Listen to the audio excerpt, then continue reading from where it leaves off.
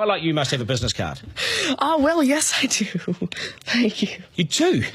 At 13, you have your own business card. Okay, that's a nice start. I'll get in touch with you later. Sure. What do you do? Oh, well, mainly, I like to call myself a software and cognitive developer because I love developing with cognitive computing and artificial intelligence.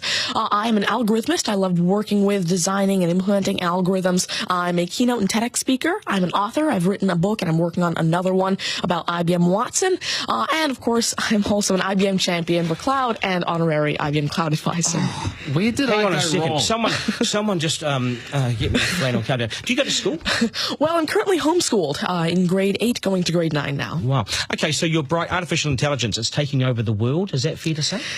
Well, you see, that's actually one thing that I believe a lot of people have, this sort of misconception that artificial intelligence is this technology that was made to replace humans at really everything we do, whether it be, our jobs or whatever we do at home every day. But really what I believe is that artificial intelligence was developed and is continuing to be developed for the sole purpose of really augmenting our life and amplifying our skills or capabilities and what we can do every day. But what about when the computers actually learn that they're better than us?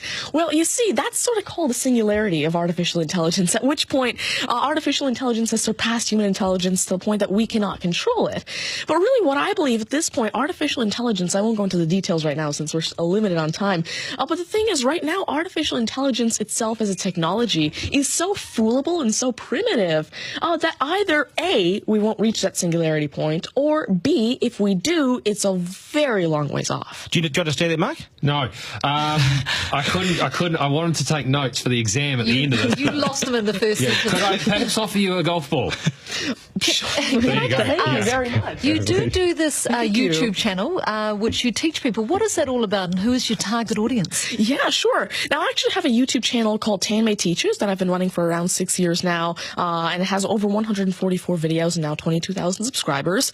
And so on it, I love to teach about computing, really programming, these algorithms that I develop, machine learning especially, math, science, and especially technologies like IBM Watson. Because, of course, I like to share my knowledge because I realize that there's this lack of resources for people to learn about technologies like AI, which is why I absolutely love sharing my knowledge through, of course, these YouTube videos, the books that I'm authoring, the keynotes that I have, and really Watson comes in here in such a great way because Watson allows me... What's Watson?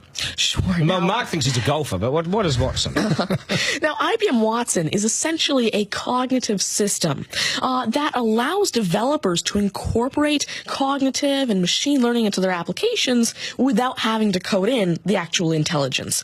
And what this means is that, of course, right now, really one of the main reasons developers aren't incorporating more machine learning into their apps is because it's so hard to do. It's really difficult to incorporate intelligence because... Has the I'm going to take this somewhere else, this interview. Has the Homeschooling Association of the World got hold of you as the front person?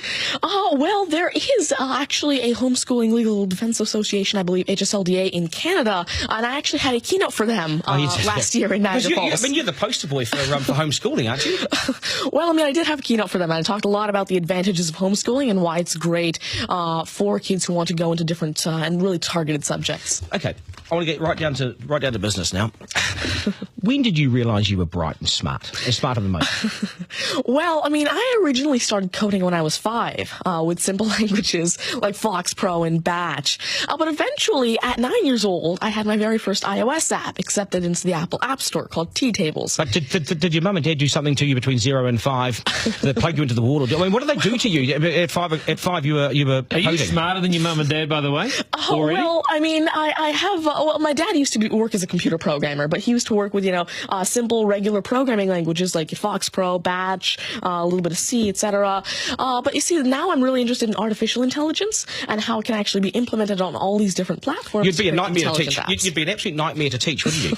Because you'll be smarter than the lecturers. I never ever want to get in an argument with you, ever. But I would like to see you on a quiz show because I think you would nail that. Well, you see, there is one thing that I've been working on, and it's essentially an app called Ask Tanmay, an NLQA system.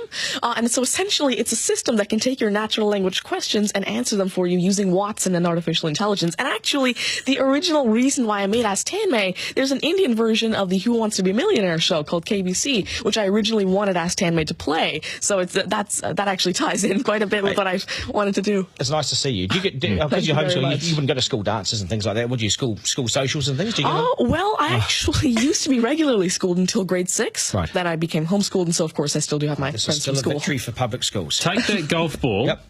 and bring it back to me when you've actually worked out a way in which it'll always go straight.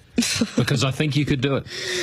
Technically, using a genetic algorithm or something. I knew there'd be an answer. Hey, it's brilliant to meet you. You're a complete inspiration. Thank you. And I hope my son was watching, a 7-year-old son. Message to Buster Garner, you got work to do, mate. Do your homework, and we got to sharpen things up. Nice to see you. Thank you very All much. the very best. Thank You're you. amazing. Thank You're you. amazing. Okay, news is next, and then we are joined by today's panel, which won't be as smart as this guy, but they'll still be good, and we will head back to some of the beach as well for a game of 9 and 10. So much pressure now on the contestant in 9 and 10 just to rip through it and get it right. It's coming up after 8.